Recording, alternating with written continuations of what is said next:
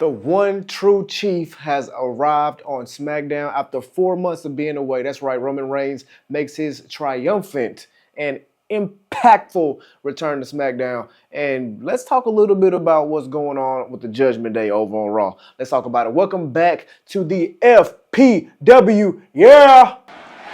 The Flash Pro Wrestling Podcast and YouTube show. I am your host, Chris Flash. Let's talk pro wrestling. So let's start out with just the Judgment Day first, right? So the Judgment Day has been a little bit tricky for the last maybe a year, maybe even more. They've been kind of hinting at a breakup, really ever since they kind of gave Finn Balor that World Heavyweight Championship chase that he had with Seth Rollins. It's kind of been seeming that they've been kind of hinting at a breakup. And I'll be honest, I wasn't one of those people who were a huge fan of the Judgment Day. When they first arrived on the scene. They were first supposed to be like this spooky Ministry of Darkness-esque, Undertaker-esque type of faction with Edge, and they kind of just evolved once Edge got kicked out of the group. And they kind of just, in my opinion, transformed into this group of misfits plus Rhea Ripley, right? And Rhea Ripley kind of made the group what it was, and for a while that was the case.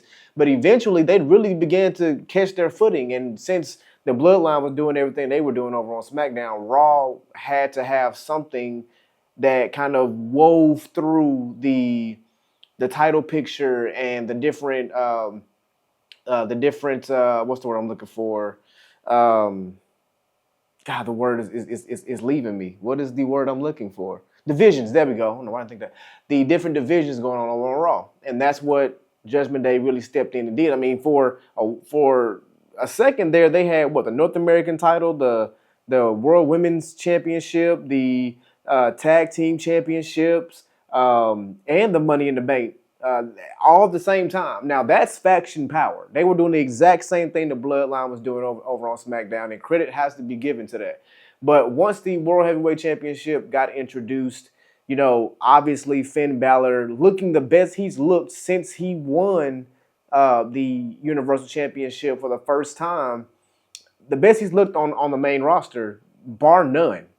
And once he kind of got thrusted into that World Heavyweight Championship picture, it kind of gave a little bit of an inkling of where this was kind of going. So you fast forward to WrestleMania, when Damian cashes in and wins the World Heavyweight Championship, that's when I knew, okay, yeah, they're about to do something, because Finn is going to be looking at that. He's going to be jealous. He never truly got his run with a World Championship, and ever since he got injured or had to relinquish it, he just was never able to be that top guy again. So it was only a matter of time.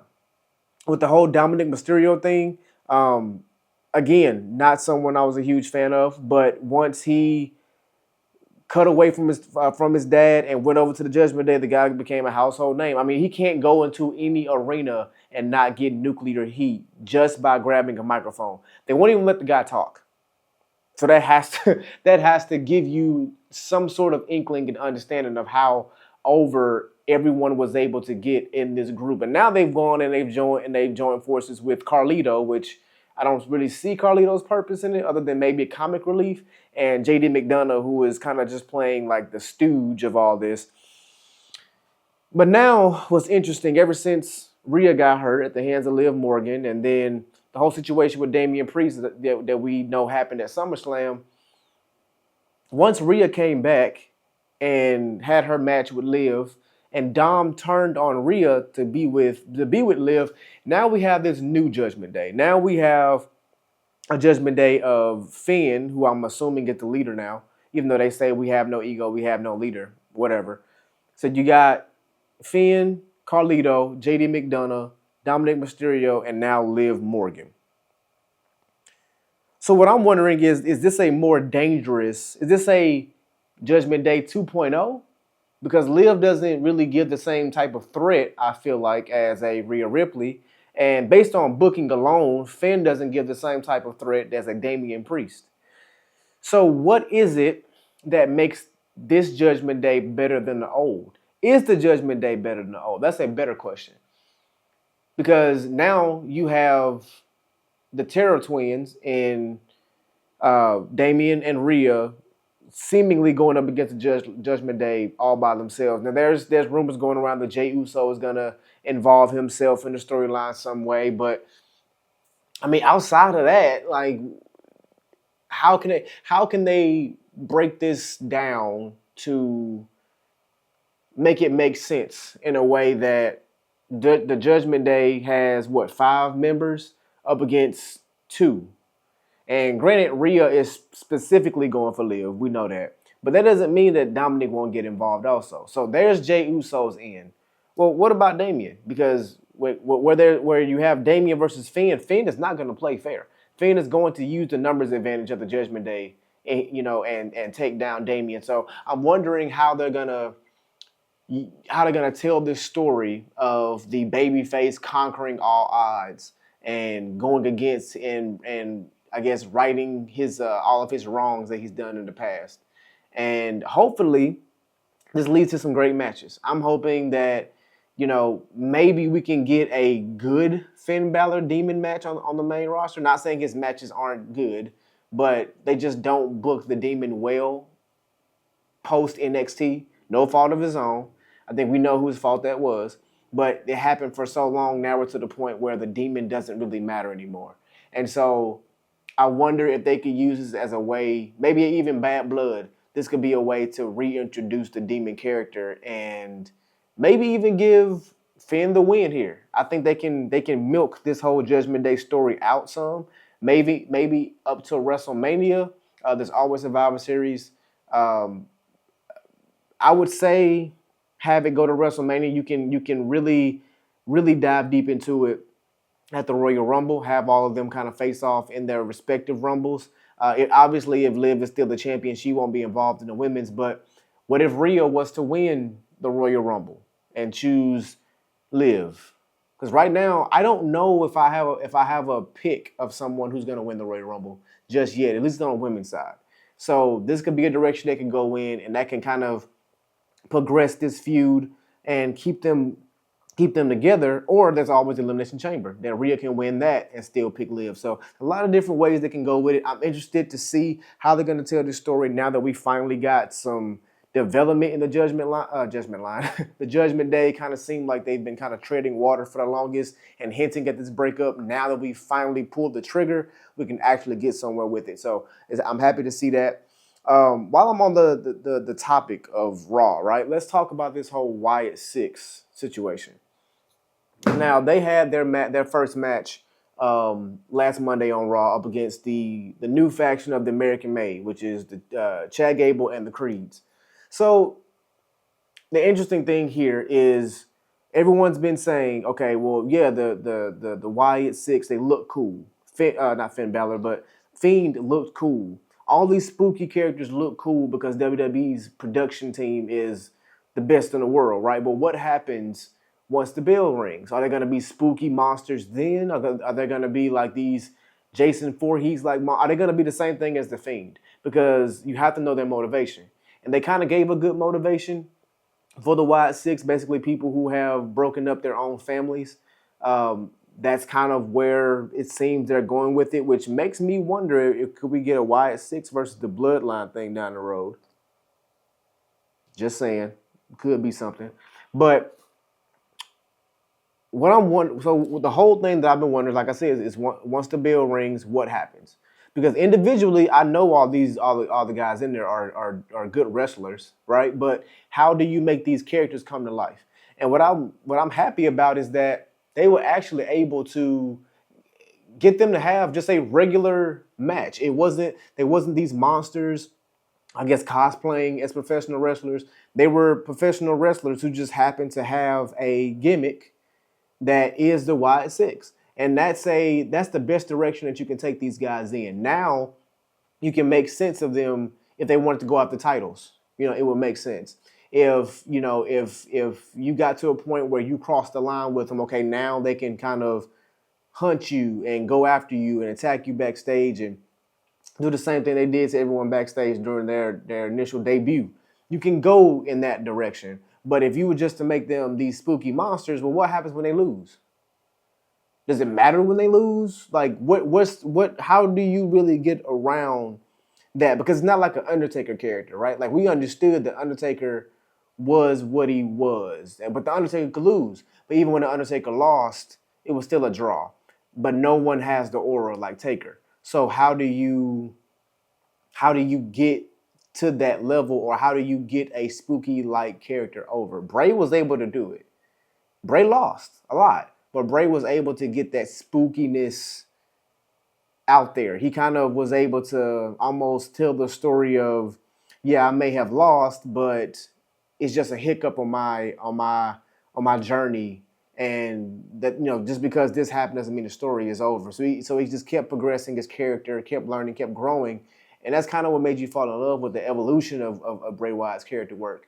We didn't really know how that was going to happen with the Wyatt Six, but so far it's been looking decent. We still are kind of waiting to see where Alexa Bliss is going to fall into all of this, and is Nikki Cross going to be involved in any type of matches? Is Uncle Howdy actually going to get in the ring and have a match? How do all of these dynamics go together? Or is it just going to be Dexter Lumis, Joe Gacy, and Rowan? You know what I mean? So, yeah, those. So the Judgment Day and the Wyatt Six right now are probably the biggest things, aside from obviously Gunther. That's my boy, being World Heavyweight Champion. And then obviously you got Drew McIntyre and CM Punk. But I kind of see them being a Hell in a Cell match at Bad Blood, which I'm definitely looking forward to. Raw's looking good right now. I mean, you have all these different storylines, all these different developments. Odyssey Jones just made a debut, an amazing debut. The guy did a stalling sidewalk slam on both. Come here. Both members of the AOP. These are not small individuals, okay? These are 300 plus pound men a piece, and he just got them in his arm like suitcases, like he just standing at baggage claim, and then just drops them. Come on, man. If that's not a debut, I don't know what is. We were waiting for this guy to do something for 2.5 years. He's been drafted twice and hasn't had a match on the main roster.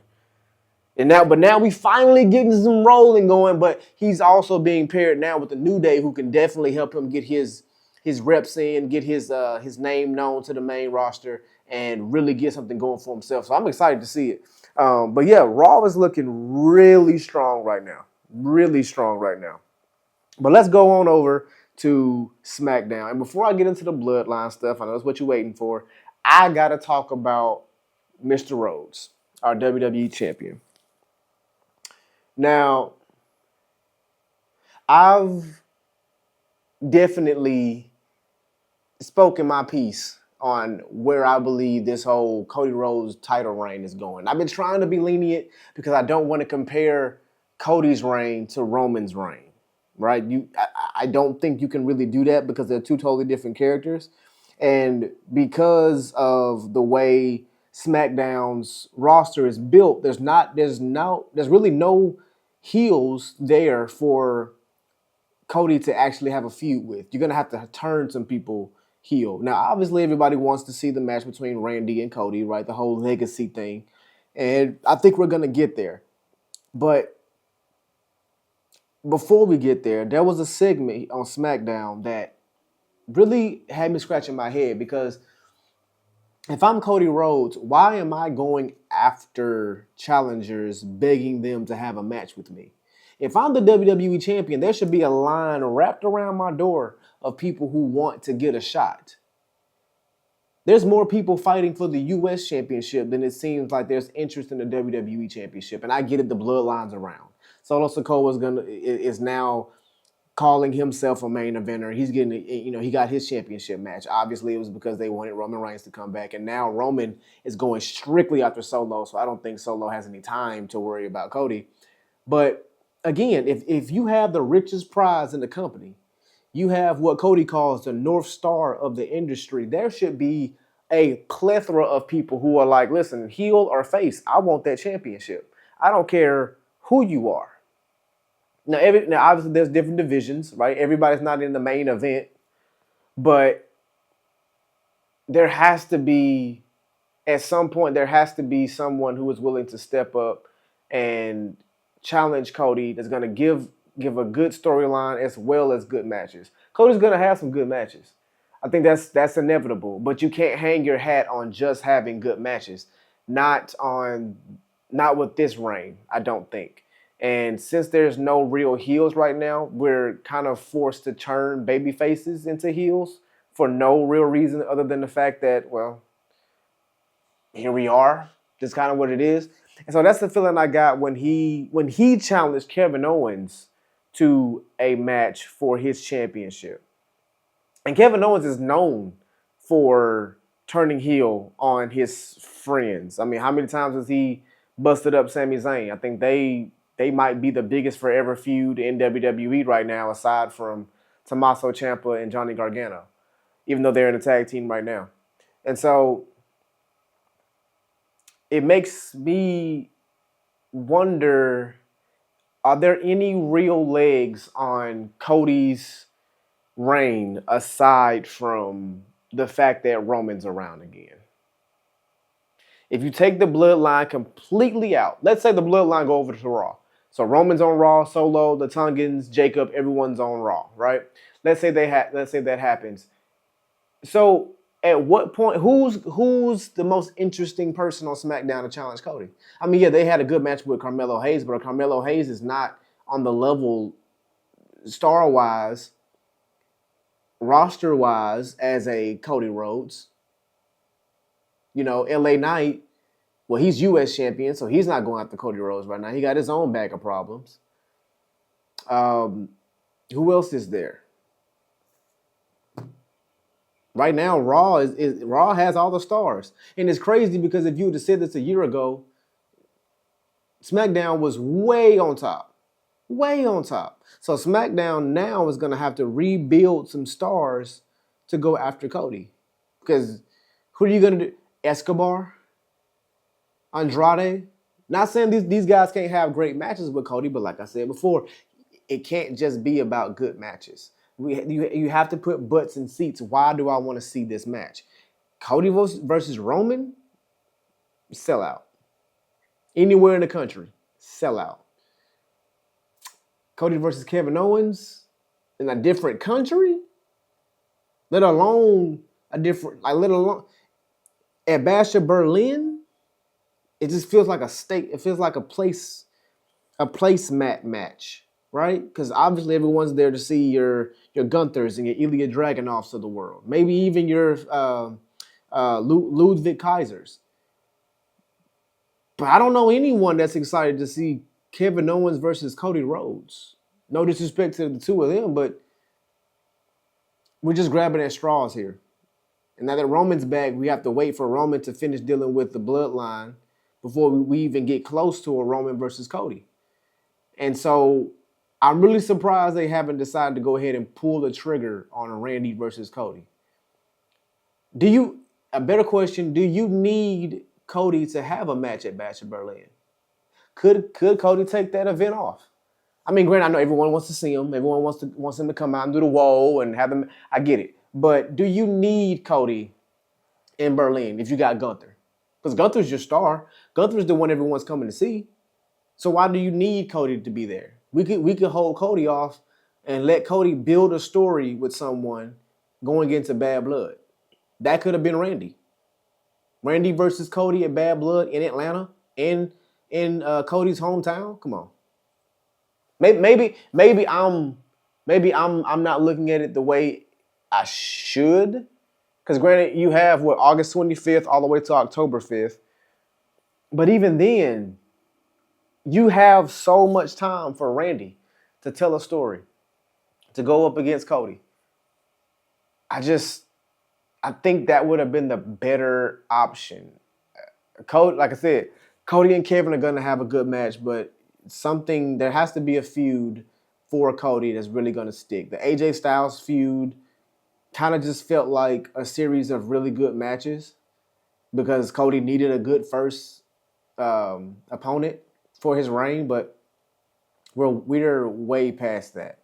And now we're just getting Cody in high-profile tag matches or exhibition matches or matches that really don't have a lot of they have stakes, but if they're not bloodline involved, they don't really have anything on there. And I've been saying this for a while. SmackDown just doesn't have any heels, and Cody is way too big of a babyface to make it to where anything less of a lesser heel is gonna be able to stand a chance. They're not gonna take that title off of him. We know that, but there has to be a reason for you to watch the match other than it's gonna be a good match, right? That's how I look at it. I'm big on story, so that's how I'm seeing it. But that's that on that. Let's talk about the OTC. Let's talk about the real biggest star in the industry, Roman Reigns. Roman Reigns hasn't touched a microphone since he came back. Yet, this new moniker, the OTC, over. Crowds chanting it like crazy. The man makes what? $2 million in 24 hours for WWE, selling his limited edition belt and his new T-shirt. Come on. What? This guy, like, I know it was just a T-shirt design for a while. This guy really is the needle mover. He is the standard. He is the biggest babyface in WWE. And if you're Cody, what does that mean? Like, if I'm Cody, I beat the guy that y'all are going crazy for. I beat him at WrestleMania. The story was about me. But now that you finished the story, now it's once again about Roman. So the championship, it doesn't even matter more than Roman Reigns. That goes to show that the championship didn't make Roman. Roman made the championship. And now you have him feuding with his family over the Ula Fala. That Ula Fala, at some point, I guarantee you, is going to look more enticing and more important than the WWE Championship. Simply because Roman is involved with it. So anyway, he comes out, because Solo goes to the ring and he's holding the Ula Fala, and he basically says, if Roman wants, Roman, I know you're here, and if you want this, if you want to be tribal chief, then come take it from me. Roman music hits. And again, it's the direction I believe they're going is going to be the orchestra version of his music they played at WrestleMania 40. I've heard rumors that there might be, developing a new track for him, but I'm cool with this one. The crowd seems to react to it well. I think they're gonna redo the his Titantron or his Jumbotron, whatever they're calling it now, LED board, whatever. They're gonna update that, but outside of that, I think this is the route that they should go with. I like the song. It's just as catchy as the original, but it has just a little bit more, and it still has that like God ascending down from the heavens, like I'm about to bust your ass now. Like they're really going in that direction, even though he's a babyface, he's still a badass. So I think it's the perfect track for this guy coming to the ring. And so the music hits, the crowd pops, and he gets the double pop, right? The music hits, the crowd pops. He walks out, the crowd pops. He takes his slow walk to the ring. The Tongans then go out to attack Roman. Roman don't waste no time. Lays out Tama Tonga. Tonga Loa tries to do something. He gets thrown into the steps. Roman grabs the steps, takes out both of the Tongans, and then he finally locks eyes with the faux chief, is what I call him. He finally locks eyes with Solo Sikoa. And I wonder, is he even looking at Solo, or is he actually looking at the Ula Fala that's around Solo's neck? I don't know. He gets in the ring. We finally get the standoff. And they just go at it. They go at it. So Roman's getting the upper hand, and then eventually, Solo finally gets a little bit of offense just to run into a Superman punch. Roman sets up for the spear. Tonga Loa takes Solo out of the ring. The cowardly heel move, right? But then he leaves his boys to the wrath of Roman Reigns. Roman Reigns is in the ring losing his mind. So he lights up Tongaloa, spears him. The biggest the ooh right now, they've always been loud. The crowd's always gotten into it, but it's so loud to the point now. I'm not sure that Roman is actually making the noise anymore. I think he's just motioning it. Like he did it 3 times, and they were just as loud every single time. Crazy. So he hits Tungaloa with a spear.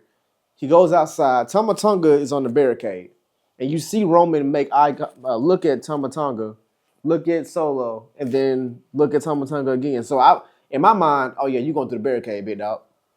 He rolled out the ring, does the ooh-wah again, and just does his what they're calling now the Braun Breaker around the ring, and just runs Tamatonga right through the barricade. He gets back in the ring. He's looking at he's looking at Solo. He grabs a chair, looking at Solo. He's like, "Listen, I'm gonna give you one chance. I'm gonna give you one chance." But Solo's not going. Solo's on the crowd. Solo's on the stage. If you want this, I'm the man now. Come take it from me. I'm the real chief. Roman ain't having that. So he starts beating the brakes off of Tungaloa. Poor Tungaloa, man. He's just having a rough time. He's either botching or he's getting the brakes beat off of him. I mean, if I'm him, I'm like, bro, I probably should have stayed in Japan. I was respected in Japan. I didn't have to wear an eye patch in Japan. And he just started laying him out with the chair. And Roman starts to just take in the crowd. The crowd is still on their feet going crazy, chanting OTC. And Roman is just taking it all in. For the first time, Roman is that babyface that he was supposed to have been a decade ago. He's that guy that when his music hits, you erupt. And to be honest, I don't think there's anybody, like I said, there's nobody more over than the guy. And he doesn't even need the championship to prove it. So, I mean, that I know, if you go back and listen to my previous episodes, I'm always talking about, how like Roman's effect on a storyline or effect on a match, or the guy is just operating on another level. He really is. And I'm not gonna lie, in the beginning I thought it was just talk. I was like, I mean, you're very cool looking, but your matches are very slow, yada yada yada. But nah, like he's the most exciting thing on the show, and he hasn't said a word. And we haven't even gotten Paul to come back. We haven't even got Jimmy to come back. Jay is not even. Jay is not even. Hasn't even been seen, even thought about, thinking about the Bloodline since that little meetup they had at Backlash. So this is just the beginning. This is just the beginning. I'm here for it, and eventually, Jacob Fatu coming back, and Roman gonna have to see Jacob Fatu. That is when this whole thing is gonna go to another level. This is gonna be a star-making performance for Jacob, and I'm super happy that we're gonna get to see Roman and Jacob square off, hopefully in a one-on-one match, and this leads to Jacob being a amazing solo star, no pun intended, an amazing solo star in WWE. I think once he gets over the hump that is Roman Reigns, not saying he's gonna win or whatever like that, but once he gets over that, I think we'll be looking at a future world champion. I thought possibly that would be the case with Solo. Now that Jacob is turned up, yeah. Now the most, I would say the most important right now, aside from Roman Reigns, character in this Bloodline story is Jacob Fatu. Even with the eventual return of, like I said, Jimmy Uso and Jey Uso finally rejoining, and possibly even Sami Zayn coming back into the fray, and eventually this guy has got to come back. The Rock has got to come back, and we still don't know what type of interaction that Jacob is going to have with The Rock. But right now, the biggest threat to Roman and his ability to just run through this new bloodline is Jacob Fatu, and I'm here for it. I wish this guy was still around to be a part of this, But I guess Jacob Fatu is going to be the new Umaga until Zilla finally shows up, because we still got to get Zilla in here. We got to get Hikaleo. I mean, it's so much. It's so much. We still got to get the women involved somehow. Are we going to get a female bloodline? I saw a picture of that on the internet, and that kind of got my wheels going. So it's so many directions they can take this thing. But that's all I got for today's episode, because it's wound up being a 2-hour episode. So I hope you guys enjoyed. Please leave down in the comments any suggestions of topics I should talk about. If you want me to talk about a fantasy booking, how I would book, a show, how I would book. Bad Blood is coming up. I'm actually going to be at Bad Blood.